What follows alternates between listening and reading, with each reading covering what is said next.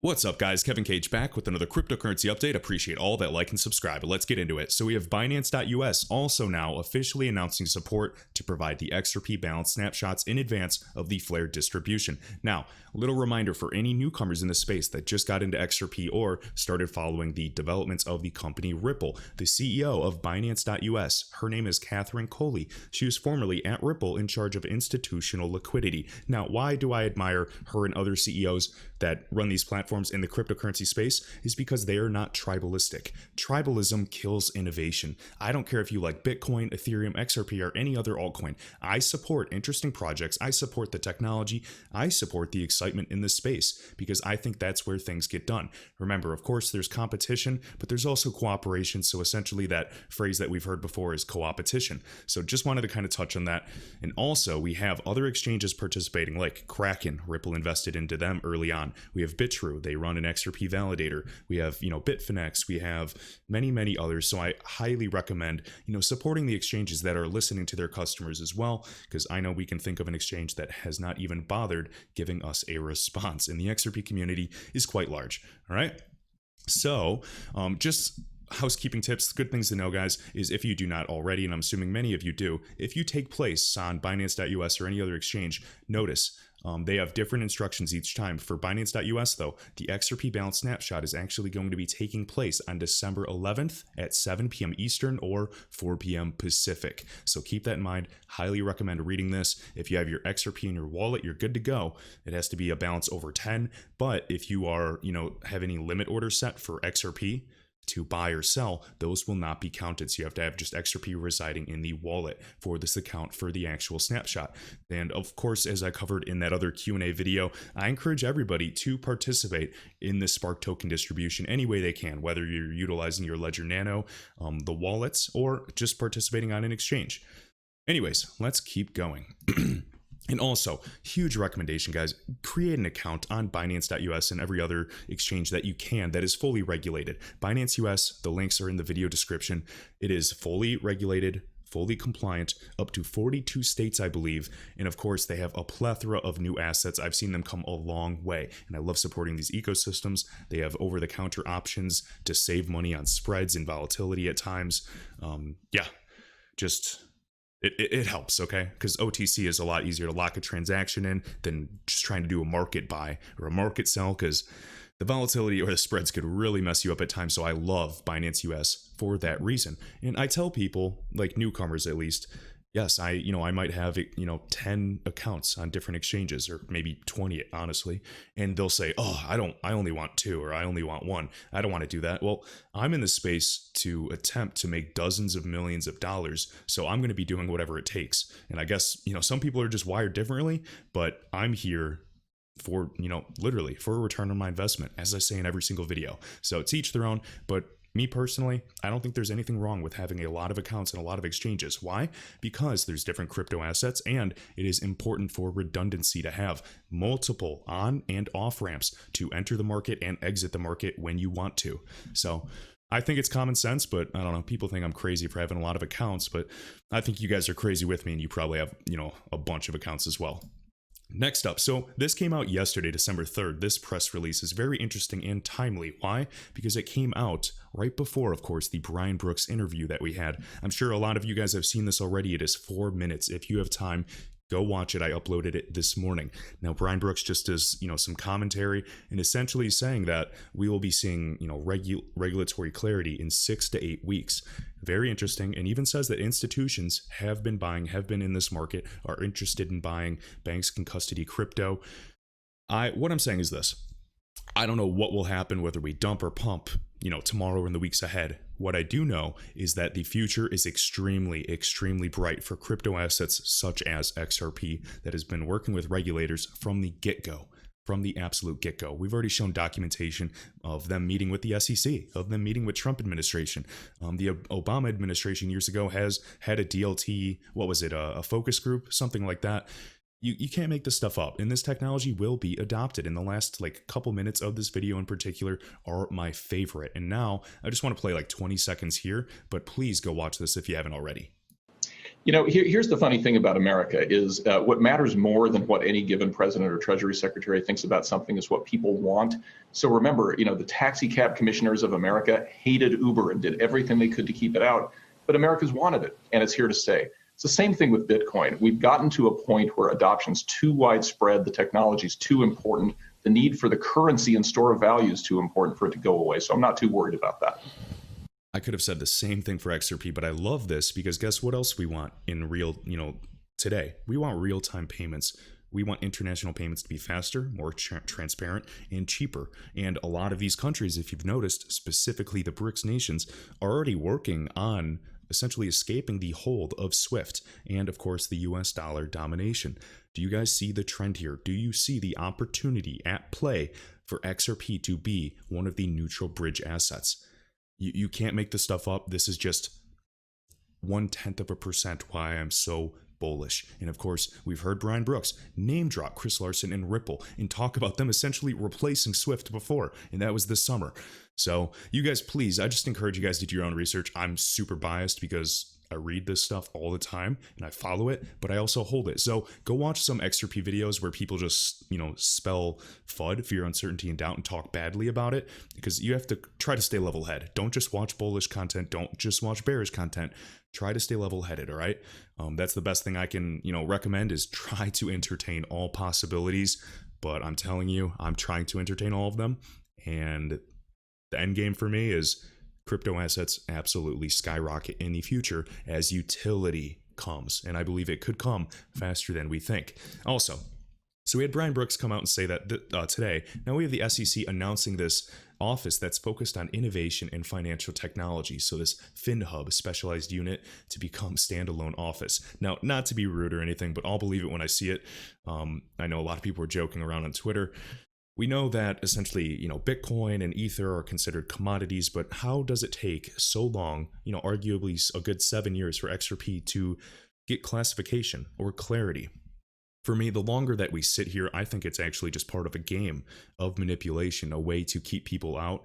I think there's a greater plan at play, but that is just me wearing my tinfoil hat. If you guys disagree and think that's nonsense, that is completely fine.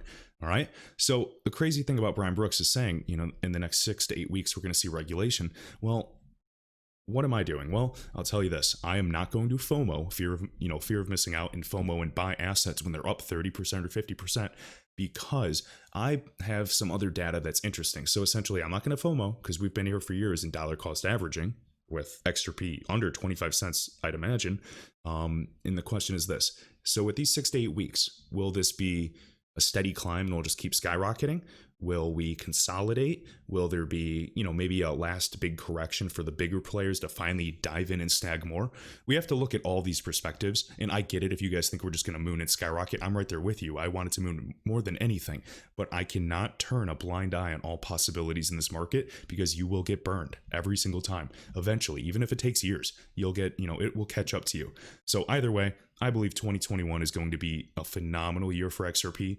And yeah, I think I've given my little price predictions and, fibs and shown you targets that I think a lot of us agree are still, relatively medium term and attainable nonetheless. We had Brad Garlinghouse as well. I uploaded part 2 of that interview talking about the volume in the Xrp ledger growing. I'm just beyond excited. So I wish we could make it happen sooner, but yeah, literally zero doubt in my mind. Next, so this is Susan Athey, I believe, and Real Xrp Boy just retweeting what I shared earlier. Now, I believe this is Susan Athey. Correct me if I'm wrong, but I'm almost positive. No, notice this is her right here, The Economics of Bitcoin and Virtual Currency. And I think you guys know her background and why she is such a huge player. Remember, she was even at, so right here, professor of econ, Stanford grad. I believe Chris Larsen was at Stanford as well. And she was literally the full list of the Bilderberg 2013 attendees. I hope some of you know how big that is. If you don't, Google it. All right. And also, she customized and built this valuation framework for Xrp and Bitcoin. Notice Susan Athey and who else? Robbie Mitchnick, who was at Ripple for a short time. And now he's where? BlackRock, head of blockchain. So now let's just do control find, and we have, high estimates for Xrp, and I think they're still extremely conservative, $32, low estimate for Xrp, $6. Now this does not even consider other verticals that we're going into. I believe this is kind of just considering, going over Swift's market share and on-demand liquidity. So yeah, you guys could say I'm a bit bullish, But, the ball is in, their court. We're waiting for utility. We're waiting for regulatory clarity, whatever narrative you believe. I just believe that this wait will be well worth it. All right. So we already showed this. And now let me show this 30-second clip really quick of her commentary talking about Bitcoin, and we can actually apply it to Xrp as well. It's an asset, and so it's potentially a store of value. It's an investment if you think it's going to go up. It might also go down. So I don't necessarily think of framing it as just a store of value by itself as really that meaningful. It's just like any other asset that you might think it would grow if people. So now the more people use the Xrp ledger, the demand grows, the community grows, obviously volume grows, and I think we understand what that can do to the supply. All right? So very, very powerful. Now listen to the last 10 seconds. Sorry, I know I'm annoying when I interrupt these things. You might think it would grow if people are using the system more, and the system's very popular, it's providing a lot of utility, the price of the Bitcoin will go up, but same concept for Xrp. If it's popular, more people are utilizing it, it's providing a lot more utility, the Xrp goes up. That's just how the tokenomics work. Don't listen to any fudster that says differently. If people shifted to some other system, the price would go down. It's an asset. Absolutely. All right. Now, so we talked about Susan here, went through this. Of course, I encourage you guys to look through this valuation framework, the models they use. I know we have like Susie Esoteric Trading Solutions, using different models showing, $1,000 per XRP. We have some people that are a lot more conservative. Some people hate this valuation framework as well. Other people like it. You can't make everybody happy, but just sharing this as well. All right.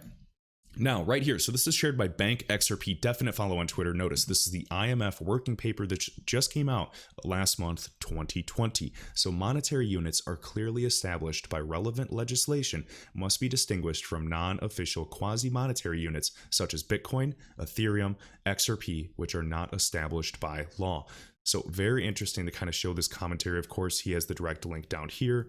And if you guys want to just see for yourselves, I'll speed through this. Just talking about central banks, monetary law, etc. And of course, the abstract, so November 2020. And then I'll just do control find really quick. I was already reading through this earlier. Nothing too crazy, but it's nonetheless exciting to see Xrp again, directly mentioned by the IMF. No surprise. And then anyways, right here. So we have Matthew Liny, guys. Definite follow. Great researcher in this community as well. Japanese investment companies testing Ripple's use in FX market. Now I know you guys know this. This came out a few days ago, but I want to cover this because I think it is extremely, extremely telling in how big of a market that they're testing in. You guys understand the FX market is what, over 6 trillion in daily flows as well. So we have SBI Holdings, huge shareholder in Ripple and R3, and FX Coin have begun testing the use of Ripple's crypto XRP in settling credit and corporate debts. This is very interesting to mitigate the foreign exchange rates and volatility. So these are other groups experimenting on technology, just like we had the Department of Defense literally looking into, what was it, smart grids that King Solomon found regarding Hedera and HBAR, their crypto, with huge backing. This is the same concept, guys. These are open source technologies. Anybody can build on it. You don't need to ask Ripple's permission. Just like when the SEC, what's his name, Stuart Alderati, was commenting and saying, I think it was someone else actually, I'm blanking, but essentially saying the SEC was going to be putting a validator on the Xrp ledger, and they don't have to go to anybody and ask permission. They just do it. This is the future. So speed through this. Cryptocurrency startup FX Coin, guys, and Japanese financial giant SBI have begun testing the use of Xrp to settle corporate debts and credits. So understand testing is very little money for now, but you understand if they like the test and they start putting some real cash flow into this could be big. And I really hope that, there's some positive stuff that comes out of this. Here's the official press release. Of course, it's right here. Translate it from, Japanese right here. Highly encourage you guys to go look through this in more depth and detail. But essentially right here, SBI is teaming up with FX Coin to test the use of XRP in the $6.6 trillion foreign exchange market. The test is designed to determine whether the speed of XRP can be used as a bridge asset to lower the risk of price fluctuations. So to lower the risk of this volatility that can occur as one currency is traded for another, as well as determine potential savings on fees associated with the transfer. Very exciting. And right here we can see their long-time partners, from 2016. All right, so very exciting. And also I'm sure you guys remember the talking about actual futures as well. So let me see, I believe it was here. I was reading it earlier.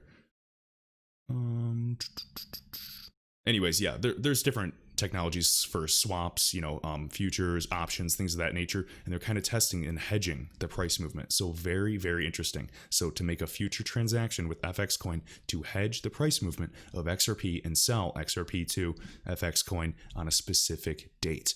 Guys, there's just so much this technology can do. And yes, we still have a lot more testing to go in different verticals, but nonetheless, this is exciting. If you heard Brad Garlinghouse say, Amazon was Amazon of books first, Ripple is going to be Ripple of payments first. And then, as I covered in yesterday's video with the Internet of Everything, please go watch that if you haven't. There were not many views, but I thought it was really good information there. There's going to be way more than just payments. It can be, insurance claims. Transactions are not just money, guys. It's everything. It's all data. It's distributed ledgers of information and messages. So, I don't think people understand the size of this, and so these outlandish price predictions at times might not be so outlandish someday. Next, so I wanted to share this infographic. This is shared by Crypto Bulldozer on Twitter. Evolution of money. So we have bartering, of course, just typical trading goods and products and commodities, things of that nature, animals, etc.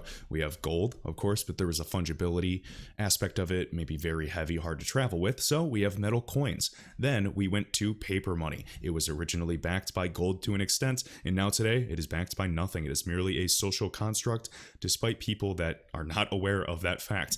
Now also, we went to plastic cards. Fun fact, psychologically speaking, or just in terms of psychology, I should say, when you use a plastic card and say you're in a drive-thru at Starbucks, you will spend more money with the plastic card. They've done studies where if you show a $20 bill and you pay at a drive-thru and you get change back, there's a psychological feeling of loss because you didn't get as much back. When you pay with a credit card, you get the same credit card back. So there's not that psychological feeling of loss. So buyers will actually spend more. And I know a lot of you already know that already, just sharing. And then also we have electronic money. So now we have different applications, PayPal and things like this, but we're entering the next step of awareness for value, which is still just a social construct. Meaning if the majority can agree on it, we'll do it. That's what happens. So cryptocurrency, we're understanding the value of distributed systems. So there's not a single central party. And of course, there could be bad actors that way, like a bank lying about, who has the right amount of funds. Also, it's not a single point of central failure. So there's always going to be uptime as well for these systems to be able to access them. And we'll all have a shared copy of the truth, meaning a history of all transactions to prevent bad actors. Now, there's going to be plethora of more benefits, of course, for cost, getting rid of middlemen and these parasites. It'll be peer-to-peer, hopefully.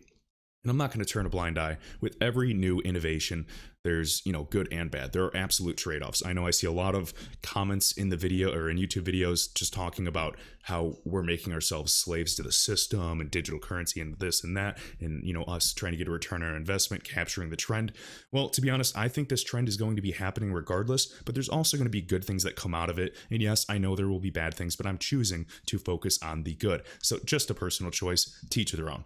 And most importantly, guys, if you expect that the crypto market will grow significantly in the future, which I do, and I assume you do too if you watch this channel, having crypto assets, gold, and silver in your Roth IRA means that all of your gains in your account will grow 100% tax-free. So, for example, if you made $10 million, you would get to keep $10 million and pay $0 in taxes. That's different for a lot of people that are actively trading with short-term or long-term capital gains. Now, I do all three. I have short-term capital gains because I trade, I have long-term holds for the years to come, and I also have a Roth IRA with iTrustCapital. And instead of paying 40% or even 10%, I'm saving, with 10 million profit, I'm saving $1 million or $4 million with that example. And I've seen the comments, and I just kind of want to address this before people say, why on earth would I want my crypto with iTrustCapital? Well, I had a Roth IRA early on in mutual funds, so I just rolled some of that value over to diversify into Xrp and some other assets.